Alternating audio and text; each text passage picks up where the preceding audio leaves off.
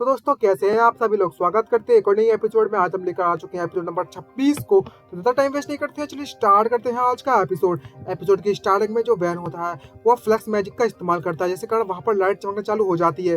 ये देखकर जो दुश्मन टीम होती है वो एकदम सरप्राइज हो जाती है और जितने भी लोग होते हैं उन सभी की आंखें एकदम से चमकने लगती हैं और वो कुछ भी देख नहीं पाते। और वैन की टीम वो धनाधन बुना आंख मूंछ के भाई अंधाधुंध गोलियां चलाना चालू कर देते हैं बिना सोचे समझे, जिसके कारण सामने जितने भी लोग खड़े हुए होते हैं अपनी छाती तान कर उनमें गोलियां लगना चालू हो जाती हैं और सभी के करके मरना चालू हो जाते हैं और चिल्लाकर कहने लगते हैं यह एक ट्रैप है, जल्दी से यहाँ से निकल जाओ, ये कमीने लोग कहीं के। और जितने भी लोग होते हैं वो सभी की आंखें एकदम से खराब हो गई होती है कुछ समय के लिए और वो कहने लगते हैं, इसे देखकर तो ऐसा लगता है कि मेरी आंखें अभी फट जाएंगी। आखिरकार ये था क्या अभी, मैं तो अपनी आंखों वो भी नहीं खोल सकता। तभी हमें फायर गाय को दिखाया जाता है, वहां पर आता है फुल स्पीड में आग जलाते हुए और उन सभी के कंधों पर अपना हाथ रखते हुए वहां से भागना चालू कर देता है और जितने भी लोगों पर कंधों पर हाथ रखता है वो जलना चालू हो जाते हैं। ये देखकर सभी लोग घबराने लगते हैं और पसीने पसीने हो जाते हैं। और जो फ्लेम गाय है वो भी कहाँ हार मानने वाला, वो भी तो कभी बवाल है। वो एक एक करके सबको जलाना चालू कर देता है और वो लगता है सबको मैं राख बना दूंगा और फुल स्पीड में उनकी तरफ बढ़ना चालू कर देता है, जिसके कारण सभी की बैंड बजना चालू हो जाती है। आई मीन राख बन जाते, जलना चालू हो जाते हैं। ये तो काफी डरावना है वाकई में, चिंता जला दिया सबको इसने। और क्या लगता है जो भी मुझसे बचकर भागने की कोशिश करेगा उसकी यही हालत होने वाली है। तभी जो वैन होता है ये सब देख रहा होता है और कहने लगता है अगर मैंने यहाँ पर एक और स्पेल कास्ट करने की कोशिश की तो वह पता लगा लेंगे कि मैं एक मैजिशियन हूँ, लेकिन फिर भी इस सिचुएशन में कुछ ना कुछ तो करना ही पड़ेगा सपोर्ट के लिए। और वो फिर से अपने हाथों में माना इकट्ठा करके बिजली चलाना चालू कर देता है और कहने लगता है चाहे कुछ भी हो जाए मैं यहाँ पर अटैक करना कंटिन्यू रखूंगा।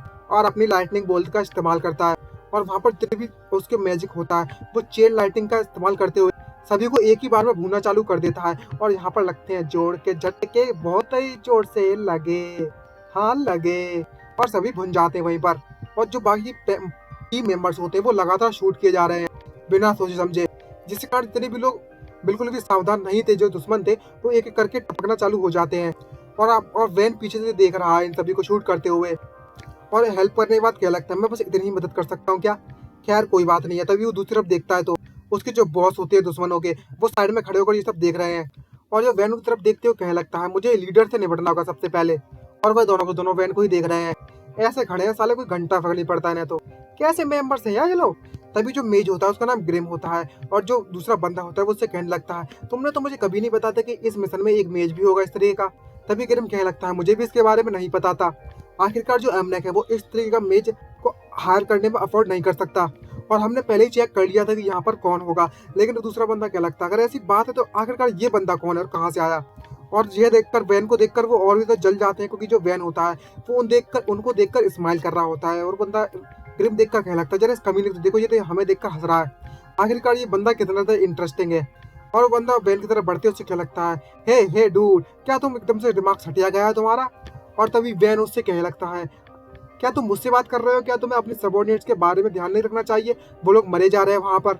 और वो उधर देखता है और कहने लगता है वो लोग, मैं उनके बारे में घंटा केयर नहीं करता, मरना है तो मरे, वो बस कचड़ा है जिसे हम मुझे फेंकना और कुछ नहीं, अगर वो यहाँ पर मर भी जाए तो भाड़ में जाए वो लोग। अब समय आ चुका है कि मैं इन जैसे चूजों को इन जैसे कचड़ों को अपने पार्टी मेंबर से दूर रखूं तो बेटर है और अपनी टीम से बाहर निकाल दूं। तभी ग्रिम कहने लगता है उस बंदे से जिसका नाम घायल होता है और कहने लगता है तुम इतनी ज्यादा बकवास ना करो तो बेटर रहेगा, जिस काम के लिए हम यहाँ पर आए हैं वो करो। और तभी जो वैन होता है वो वेयर हाउस के अंदर चला जाता है और गाइस उसकी बात सुनने के बाद कहने लगता है आखिरकार तुम इतनी ज्यादा चिंता क्यों कर रहे हो, ये देखने में तो काफी ज्यादा वीक लग रहा है और इसमें बुरा ही क्या है अगर हम इससे थोड़ी चिट चैट कर ले, तो वैसे भी ये मरने वाला है कुछ समय बाद। तभी गिरी मुझसे कह लगता है हमारे पास कोई दूसरी चॉइस तो नहीं है, लेकिन फिर भी मैं तुम्हारे कॉन्ट्रैक्ट को ध्यान में रखूंगा आगे चलकर अगर तुम इस तरीके से व्यवहार करते रहे तो। तभी जो वैन होता है ये देखकर कह लगता है जो मेज है वो गैंग में से नहीं है इसका मतलब, और एक ऐसा लीडर जो अपने गैंग के बारे में बिल्कुल भी परवाह नहीं करता। खैर इससे एक बात समझ में आ गई, जो घायल बंदा है वो मेज की साइड इसलिए है ताकि उसे पैसे मिल सके, आखिरकार लोग पैसों के लिए मरे जो जाते हैं। तभी जो घायल होता है ये देखकर और भी तो गुस्से में आ जाता है और कहने लगता है जरा इस बंदे को देखो कितना ज्यादा एरोगेंट है, ये अपने आप में स्माइल करने पर लगा हुआ है जैसे कि कोई पागल बंदा हो। चलो हम लोग इस बंदे से अभी निपट लेते हैं और इसे यहीं पर निपटा देते हैं और जल्द से जल्द सैंपल ढूंढ कर निकाल लेते हैं। तभी जो गिरम होता है वो अपनी छड़ी निकालता है और मैजिक करना चालू कर देता है और कहने लगता है तुमने बिल्कुल सही कहा, यहाँ पर इस तरीके से रहने के लिए हमारे पास समय नहीं है बर्बाद करने के लिए। और वो अपनी छड़ी का मैजिक करने लगता है, चकला बूम बूम, और यही चकला का बूम बूम करता है तो वहाँ पर शील्ड जनरेट होना स्टार्ट हो जाती है जो देखने में काफी ज्यादा अलग ही है। और भाई ऐसे कर रहा है जैसे कि ना कितना बड़ा पावरफुल बंदा हो। जैसी वैन ये सब देखता है और उसकी जो शील्ड बन रही होती है वो देखकर वही लगता है मैं इसकी शील्ड को देख सकता हूँ। इसका जो माना टेक्सचर है और इसका जो फ्लो है और इसकी जो मूवमेंट है वो भी मैं देख सकता हूँ। यह तो एक बैरियर मैजिक है। और तभी हमें दिखाया जाता है उसका जो बैरियर मैजिक होता है वो हर दरवाजे पर लगाना चालू कर देता है। इसका मतलब ये हुआ कि ये हर उस दरवाजे को बंद कर रहा है अपने बैरियर मैजिक से, जहाँ से भागने का रास्ता हो। मैं उसको ऐसा नहीं करने दे सकता, चाहे कुछ भी हो जाए मुझे इस बंदे को रोकना होगा। और जो ग्रिम होता है ये देख करने के बाद हंसने लगता है, लेकिन जो वैन होता है वो कहाँ हार मानने वाला और अपनी जेब से कुछ निकालने लगता है। ये देखकर ग्रिम डर जाता है और वो लगता है अब ये क्या निकालने वाला है, और सारे की सारी शील्ड अपने सामने कर लेता है और देखता है कि इस बंदे ने गन निकाली है और वैन शूट कर देता है और उसका जो शील्ड होती है वो वहीं पर चूर चूर हो जाती है। ये देखकर ग्रिम डर जाता है, पसीना पसीना होने लगता है और कहने लगता है क्या एक गन। तभी गाय ये देखकर कहने लगता है मुझे पता है कि ये बंदा वीक है, लेकिन तुम अपना गार्ड इतना ज्यादा डाउन कर देगी वो सिर्फ एक गन से तुम्हारे बैरियर को तोड़ देगा। ये वाकई में बहुत ज्यादा शर्मनाक है। और ये देखकर ग्रिम बहुत ज्यादा और गुस्से में आ जाता है और चिल्लाते हुए वैन से कहने लगता है अच्छा तो तुम मेरे सामने माना यूजर बनना चाहती हो, तेरी हिम्मत कैसे हुई जो मेरा मैजिक को ब्लॉक करने की। भाई कि चूतिया बंदा है एक नंबर का। भाई लड़ने आया या मजाक करने के लिए, सीधी सी बात है वो तो रोकेगा ना। तभी वैन उससे कहने लगता है कि दूसरा बंदा माना यूजर है तो इसका मतलब तुम्हारी इंसल्ट होगी क्या उससे। ये सुनकर वो और भी ज्यादा भड़क जाता है। तभी गिरम होता है वो गायल से कहने लगता है क्या तुम्हें बेसिक रूल भी नहीं पता फाइट करने के, जब कोई मेज अपने मैजिक का इस्तेमाल कर रहा हो तो तुम्हें डिफेंस करना उसे। तभी जो गायल उसे कहने लगता है आखिरकार मैं तुम्हें क्यों बचाऊं, तुम बस एक गन से इतने ज्यादा डर गए, इस बंदे ने तो अपने मैजिक भी इस्तेमाल ना किया। तभी जो गिरम होता है वो कहने लगता है अगर इसने अपना मैजिक इस्तेमाल कर लिया होता तो। तभी गायल हंसते उससे कहने लगता है ये बंदा एक लाइटनिंग मेज और लाइट का मैजिक इस्तेमाल करता है और कुछ नहीं।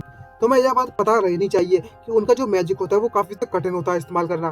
तभी इनकी बातें ये सुनने के बाद वैन मन में सोचते कहने लगता है तो अब मुझे समझ में आया ये लोग इतना ज्यादा रिलैक्स क्यों है, क्योंकि जो मैजिक लाइट को इस्तेमाल करता है वो बहुत ज्यादा स्ट्रॉन्ग तो होता है, लेकिन जब भी इस मैजिक का इस्तेमाल किया जाए तो कोई भी बंदा इसे नोटिस कर लेगा और इससे बच सकता है कि सामने वाला बंदा स्पेल कास्ट कर रहा है और इसमें से पता लगा लेंगे और कोई भी बच सकता है इस मैजिक से। खैर ये सब तभी पॉसिबल है अगर मैं कोई ऑर्डिनरी मेज होता। तभी गैल उससे कहने लगता है अगर ये बंदा कुछ करने की कोशिश कर भी रहा होगा तो मैं इसको चीथड़े उड़ा दूंगा। तभी उसे कैनिनास के समझ में कुछ आने लगता है और वो सोचने लगता है कि जेनी ने उससे क्या कहा था कि किस तरीके से वहां पर सिर्फ दो बंदे, एक तो मेज है और एक ब्लड मिक्स ब्लडेड है। तो अब मुझे समझ में आया ये बंदा मिक्स ब्लडेड है, इसकी जो ब्लड थर्स्ट है वो वाकई में बहुत ज्यादा अलग ही तरीके की है। तो क्या मुझे चालू कर देना चाहिए अपनी फाइट। और वैन उससे क्या लगता है मैंने इस बात का रियलाइज नहीं हुआ, लेकिन तुम बस एक पीस ऑफ शिट हो और कुछ नहीं, मतलब जमीन पे पड़ी हुई छी छी छी, समझ गए होगे। ये सुनने के बाद तो वो और भी ज्यादा गुस्सा हो जाता है क्योंकि जो वैन होता है वो अपनी नाक बंद कर लेता है और भाई ग्रेग गायल जो देख कर कहने लगता है तेरी हिम्मत कैसी हुई, अभी भी तुमने क्या कहा। और उससे कहने लगता है तुमने कब से ही नहाया, तुम्हारी जो स्मेल आ रही है फर की वो यहाँ तक आ रही है अभी भी। ये सुनने के बाद तो उसका दिमाग टोटली खाली हो जाता है गैल का और कहने लगता है तुम वाकई में बहुत ज्यादा अच्छी हो किसी को दिलाने में, और अब मैं तुम्हें यहीं पर मार दूंगा। और वो वेयरवुल्फ में बदल जाता है और कहने लगता है अभी तेरा मुंह यहीं पर फाड़ कर रख देता हूँ। और इसी के साथ यह एपिसोड यहीं पर समाप्त होता है। मिलते हैं नेक्स्ट एपिसोड में, आज के लिए इतना ही, बाय बाय।